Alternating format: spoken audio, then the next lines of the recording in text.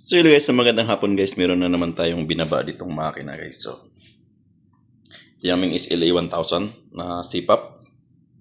So, ang problema niya guys is for biomed repair. If I auto error. So, if I auto error na to guys. So, tingnan natin. Saksak natin yung ating power, gas. So, yun ang nakasulat dun sa natin sa machine. So if I auto error, so i-charge natin power.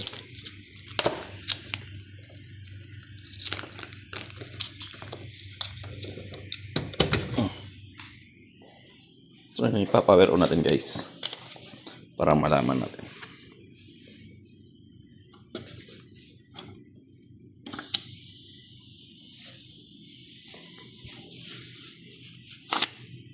Ito yun.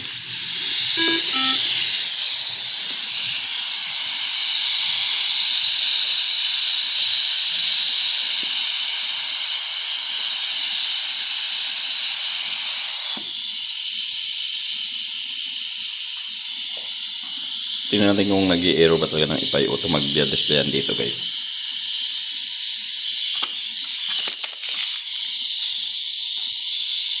So ngayon pag si nag-i-error talaga, papalitan natin ng ipay auto yan. Sensor.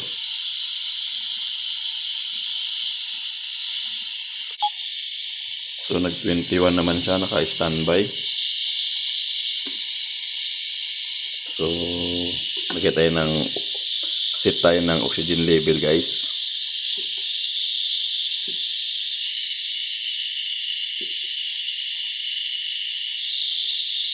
Gawin natin oxygen level. Ay, bakit?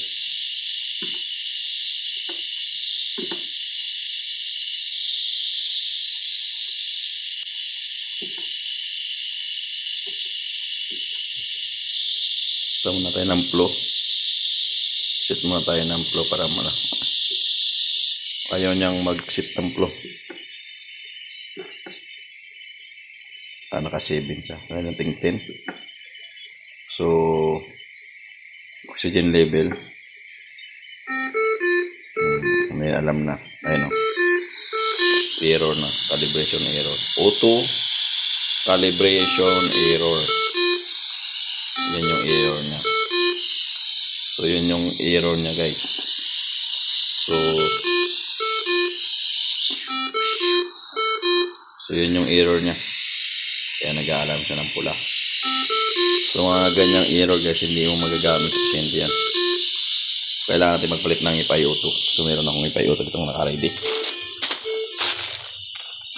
So ito guys, kailangan SLA din yung ipay-auto. Ayun o. Max naman to, Max bang brand nito.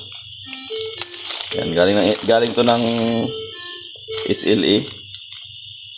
Nandito yung procedure ng pagre-replace. Ayan. Ayan. So, ito yung Maxtec. So, Maxtec ang brand nito guys. Pero nakasama to, pero galing ng SLA ito. Ayan o. Ayan. Ayan yung reference niya. Ayan. Pwede siya sa pang SLA na 4,000, 5,000, 6,000. Pero pwede rin to dito guys sa ating SLA 1,000. Paras lang yan guys, paras lang. So, kailangan nating magpalit. Ikabit ko muna yung aking camera dito sa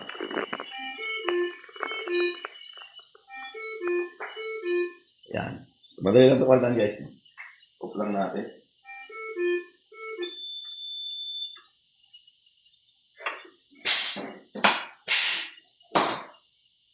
Tanggalin lang natin yung ating gas. Tapos, dito lang banda yung natin. Ating oxygen. Sa mga baguhan guys, meron ditong procedure kung paano magpalit. Ayun. Meron ditong procedure kung paano magpapalit. Yan. So sa SLA ito na procedure, pero sa 4,000 sa 5,000. Pero same lang din yan dito sa ating SLA 1,000 guys. Ano? Ayan yung auto seal ito. Makita mo yung auto seal niya. So, tanggalin mo lang tong connector. May connection to. Kung makita mo yung bago, bubuksan natin yung bago guys para kita natin yung parehas. Yan.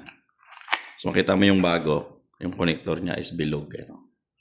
So parehas lang to sa kabila. So tanggalin mo na yan.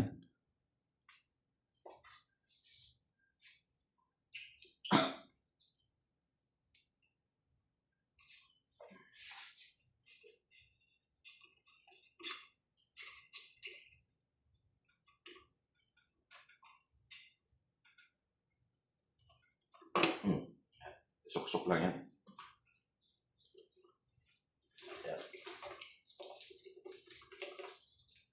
So, kailan ba to? Since na binili to guys, ito pa rin yung sensor niya. So, 2,000, ano to? 2,000, ano ba to? 2019. So, 2019, 20, 21, 22, 23, 24.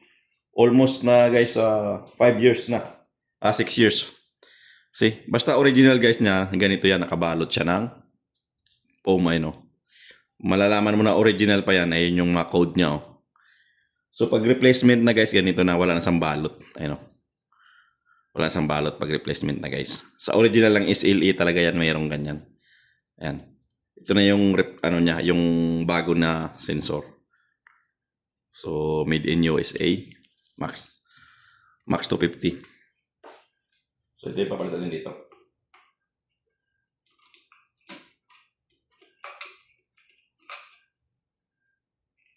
So, madali lang ito palitan guys. Ganun lang.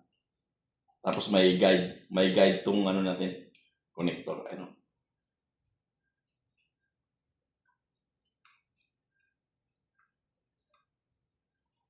Yan. So, barinig mo na yung click. Tapos na. So, after nung magsarado, siyempre, maglagay mo ng sensor, siyempre, lagay mo na itong cover guys. So, ganun lang ka-simple magpalit nitong sensor na to.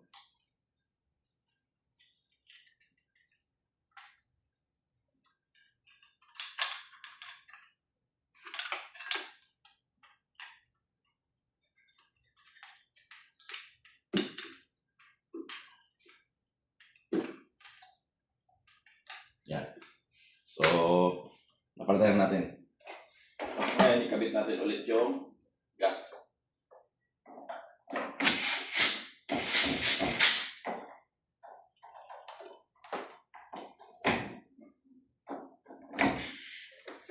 Yan guys. Para lang sa mga baguhan to, nandito lang sa likod yung ating oxygen sensor. So, on natin ulit.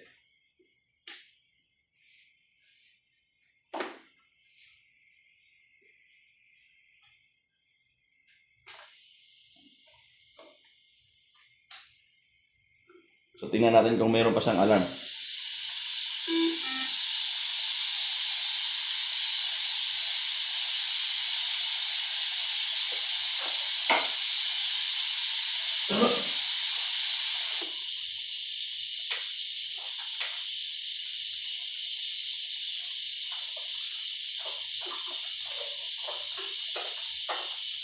So, wala akong hose na pagsipap. So, wala akong hose na pagsipap guys, kaya testing lang natin sa ganito. So, simple lang naman yan, pagpapalit lang ng ating oxygen cell ng SLA.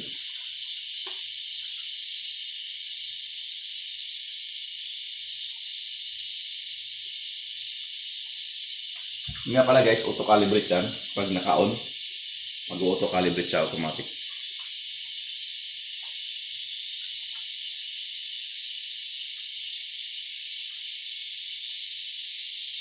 So dito guys, wala ka ng ibang pipindutin kundi calibrate ka lang ng calibrate.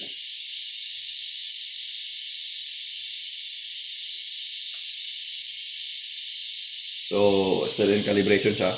Makikita mo naman dyan. Ayan. So, nasa calibration pa rin siya. Ayan. Ngayon, dapat mawawala yung ating error na FiO2. Kasi bago na yung pinalit natin dyan.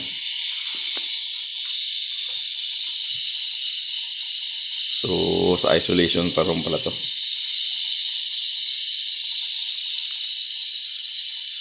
So, tinahantay natin guys kung may error pa ba siya. So, ito yung palatandaan natin guys. Pag original pa yung nakakabit na seal niyan, hindi pa napalitan since na nabili natin ito, ganito. Nakabalot siya ng foam. Yan. So, matagal din. 5 years din siya, mahigit no? Ito yung biomid tag namin, no? 19. So, 2019, nabili namin. 2019 to na-accept namin yung machine. So, ngayon lang siya nagpalit ng seal. Sa tagal-tagal. So, tumatagal talaga ang original. So, kanina guys, hindi tayo makapag-set ng oxygen, di ba? Pumupunta sa standby mode. Ngayon, pupunta tayo sa set ng oxygen. Ayan, oxygen level. May oxygen level na siya, di ba? Pwede na tayo change. Pindutin mo lang sa ulit. Pwede ka nang mag-increase ng hanggang gusto mo 100%. So, then. Pero nagka-calibrate pa siya guys eh. Kaya ano mo natin yung ating calibration. Antayin mo natin matapos yung calibration. So, pag natapos yung calibration, malalaman natin. Kung meron sana tayong tubings, wala tayong tubings eh.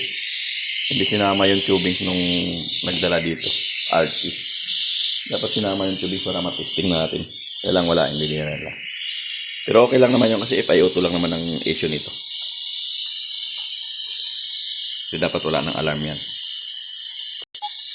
Dapat yung calibration niyan matatapos yan na walang alarm.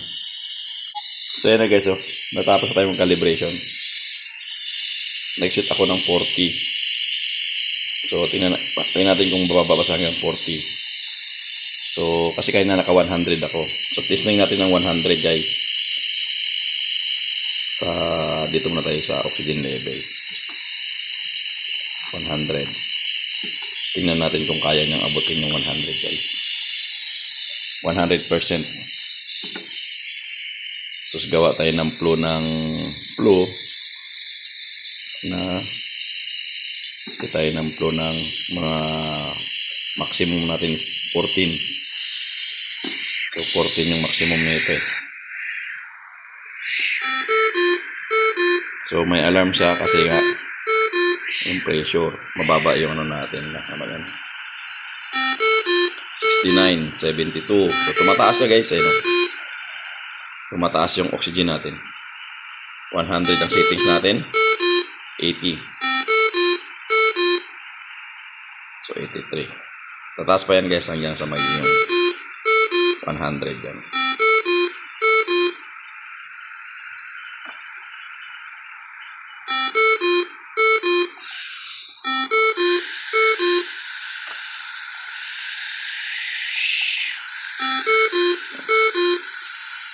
So naka 100 ang settings natin, dapat yan 100 din yan. Yung ating oxygen level. Kahit mag 97, 98 na yan guys, okay lang yan. Kasi ginagamit namin dito yung oximat, hindi talaga sa 99% na oxygen. Yan, 97 guys, okay na yan. Kasi yung oximat namin, yung oximat na ginagamit namin is 97% lang yung purity niya. So ayan guys, 98 pa nga. So kaya na-reach niya na yung na-reach niya yung almost 100 ay no. Oh. So settings ko 100. Wait, 100 dito guys. So 99. 99 siya. So ano tayo ng pressure. CPAP level. So nag 100 nga siya guys. So yung flow natin ilan? Tingnan natin yung flow.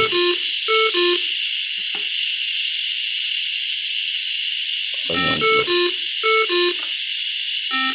Set natin ang flow ng set tayo ng mga 14. Pero guys, yan yung yung flow natin, hindi yan marireach kasi wala tayong tubings.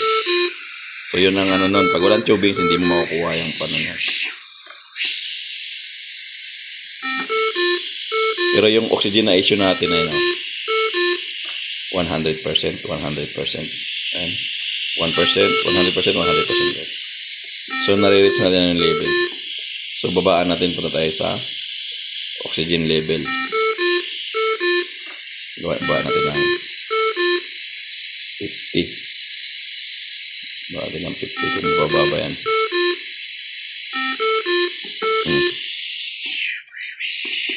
So, tingnan natin kung bababa yung ating settings.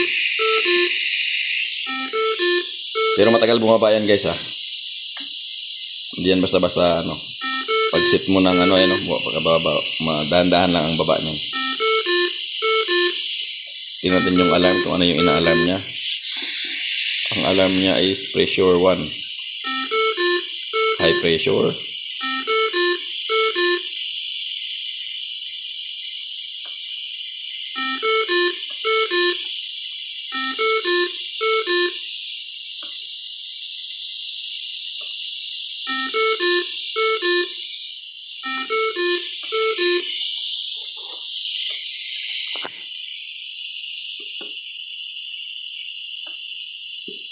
Anong ina-alarm niya? Apnea.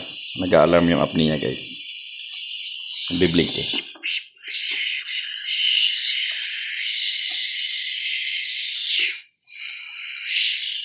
Kasi wala siyang madidetect na apnea kasi wala tayong hose.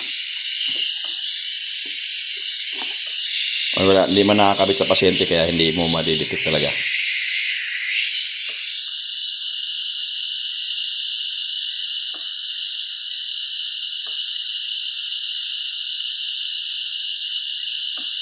So dito guys, pwede ka mag-auto calibrate pero okay naman na siya.